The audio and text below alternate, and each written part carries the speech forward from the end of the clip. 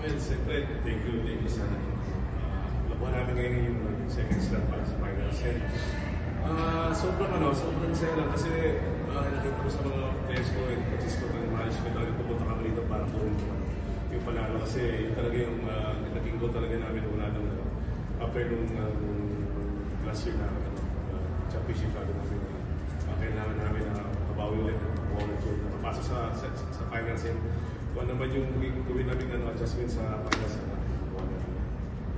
Coach, and for Capitana Manny, last year, first time yung makapasok ng finals, allowed back-to-back finals appearances for you. Ano lang nag-feel mo kayo na ganito na nga yung state ng Choco Mojo? Sobrang happy lang na very confident na maglaro yung team namin. Kasi dati parang nagugulat pa kami na nanalo kami. And ayun, sobrang laking tulong ni Coach dati ni Sisi nung pagdating talaga nila. And we're just very happy and very grateful to the Lord na dinala niyo ulit kami dito for another chance to get the championship. Thank you, Manny. First, since you're best player of the game, ikaw din yung mga nakascore sa mga crucial moments for Choco Mojo para ma-overcome yung Pedro Gas. Ano lang yung siguro yung tumatakbo sa isip mo kanina na natulungan mo yung team na makuha ng marami? Alam mo yun, nakakatulong talaga yung mga routine ko siguro yung panonood kay Kobe, kay Gabi. Tinitingnan mo sila kung paano sila maglaro. And then parang sinusunod ko na paano sila gumalaw, makuha yung composure nila. Pero going here, parang lagi ko sinasabi sa atin, magpa-finals tayo. Like, hindi po pwedeng walang mangyayari. Kasi ginapang namin ito eh. And knowing na yung mga nakakalaro namin, mga veterano. So, ayan, thankful kami kasi hindi lang dun sa akin eh. Yung mindset namin sa isa't isa, lalong-lalo na sa mga naglalaro. Like, makikita mo talaga sa mukha na atin to, kaya natin to, huwag tayong mawalan ng pag-asa, ganun. So, ang ginagawa namin talaga is mapigilan yung kalaro namin na makapunto sa amin. Kaya, ayun na, sumusunod na din kami sa mga sistema, sa plays namin. And syempre, naunahan na lang ng receive time. Ayun. Thank you, Lord. Nag-receive ako. siguro yung gutom siguro talaga gutom na yung Choco Mojo na nakakuha ng finals o championship kasi ito na yung matagal na hinihintay ko ng mga players na kapili ng coaches na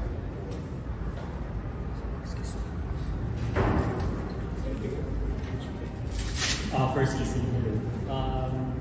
Ano lang yung mga natutunan yung this contest? Of course, it's a back-to-back finals for you guys. And ano yung mga natutunan yung this conference and ano yung mga siguro i-improve nyo pa before going into the finals?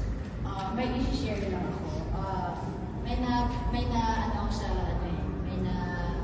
kita ko sa TikTok na parang sabi sa parent na if there's a blessing, there should be a testing. Parang something like that.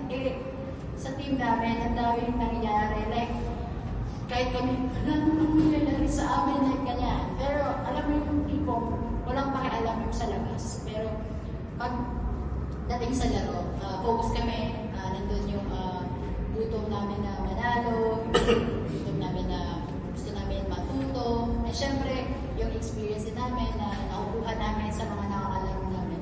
And ayun ang natutunan ko lang talaga is yung pahabaan na talaga ng pasensya. Like, focus lang talaga kami sa present, hindi kami pwedeng mag-isip sa mga past, sa future, kasi matatrap nga kami doon. Sabi nga, control the controllables. Kaya siguro nag-stay kami doon and nagtrabaho lang din kami.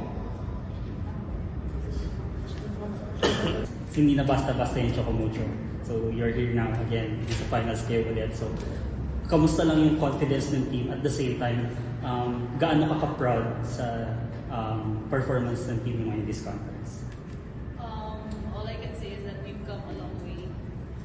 5 years ago, parang kaka-start pa lang ng Choco Mojo, I was there and parang until now, I still can't believe na we're here already.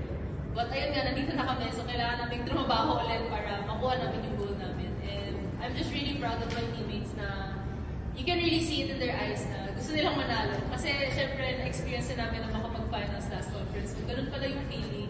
Gusto namin ulit, we want more, gano'n.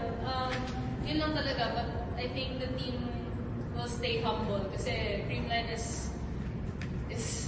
is Creamline.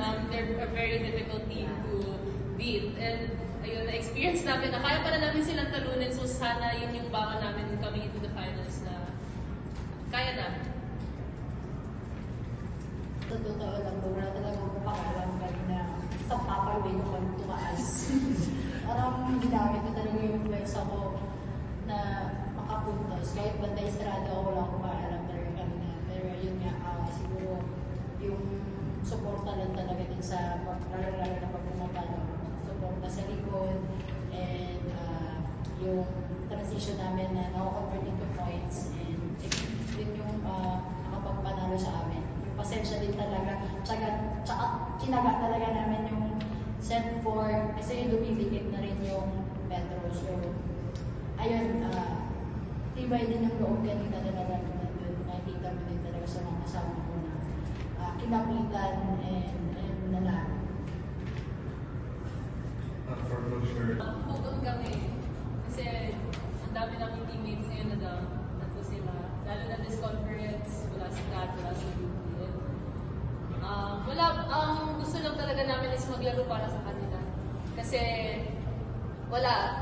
syempre gusto namin kasama sila sa loob na makakapaglaro din sila. But ayun nga, parang it's always against our odds. So, always ko sinasabi na resilient yung Chocomucho na kahit anong gawin mo, kahit suntukin niyo pa, bugin niyo pa kami, babangan kami. And sana yun yung dadalhin namin sa finals na kahit anong mangyari, lalaban kami. Siguro, paano niyo siguro i-buy yung team? Ano pong motivations ang ibibigay niyo sa amin? Siyempre, una namin sa trabaho na kung ano yung trabaho namin. And lagi ko kasi iniisip yung sinasabi ni Coach Jessina.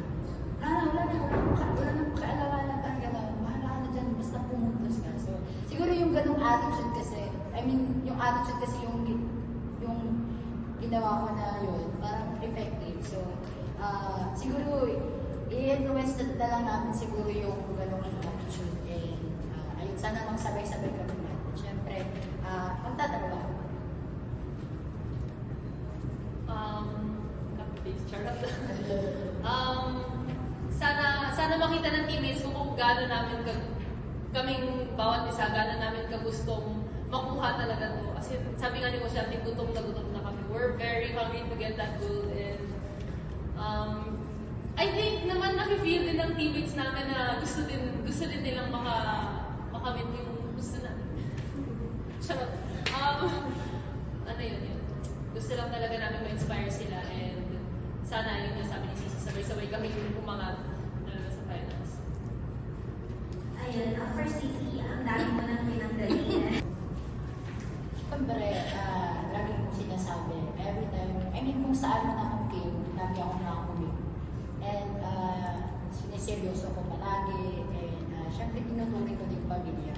And siguro, ang nakaganda lang kasi mas marami din Bisaya, and then yung coaches, sobrang kulang lang kami yung magalit sa kanila kasi sila nagagalit sa amin. Pero, ayun, siguro din yung respect namin sa isa't isa andun. And syempre, simula nung Creamline Beach Valley ako, Ribisco management na talaga yung umawak talaga sa akin. So, ang daming natulungan, ang daming tinulong and natulungan ni Ribisco sa pamilya ko, sa akin, sa mundo ng Beach Valley. So, ayun, payback din ko talaga na lagi kong sinasabi na gusto kong i-payback lahat na ginawa niyo sa amin.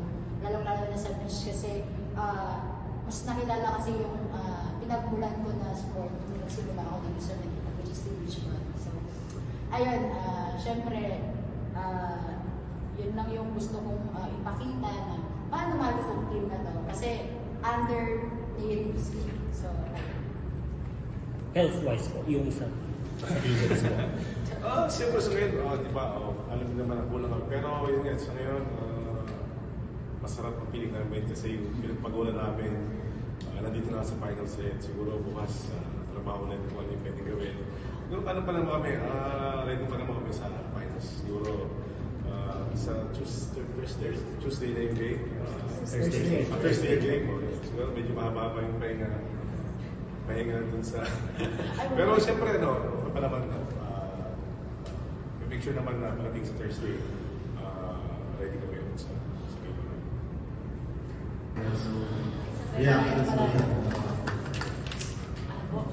Reaction mo lang na...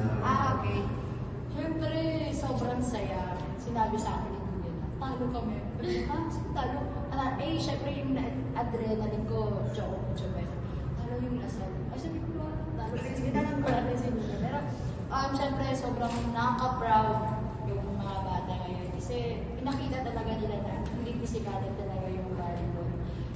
Puso, tsaka trabaho talaga. And proud din ako sa coaches ng USD, sila Coach Fu, kasi sila din naman yung magawa nagtanim sa mga batang yan. Kaya lahat ng nangyayari sa kanila deserve yan. And sana ma-maintain and syempre magpasalamat na rin sila kung sa mga taong tinulong sa kanila. Huwag umitin.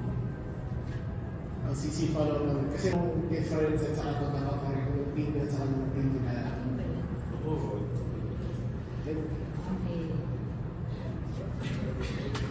Ako masabi, ikaw naman magsagot. Nabagla ko pa sabi. Siyempre, siguro yung palaban namin sa isa't isa, andun. And yun, sabi ko nga, hindi na dadaan sa pisikalan, puso at trabaho talaga.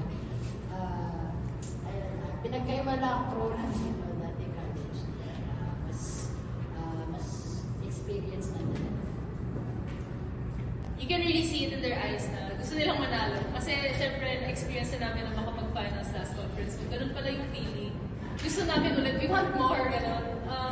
Yun lang talaga, but I think the team will stay humble. Kasi Creamline is Creamline. They're a very difficult team to beat. And ayun, na-experience namin na kaya pala namin silang talunin. So sana yun yung baka namin coming into the finals na kaya namin. Sa totoo lang, wala talagang mapakalam kanina sa papaway ko pag tumaas. Parang ginamit ko talaga yung pwersa ko na makapuntos. Kahit banda estrada ko, wala akong maalam talaga kanina. Pero yun nga, siguro yung suporta lang talaga din sa lalo na pag pumapalo. Suporta sa likod and yung transition namin na na-convert into points and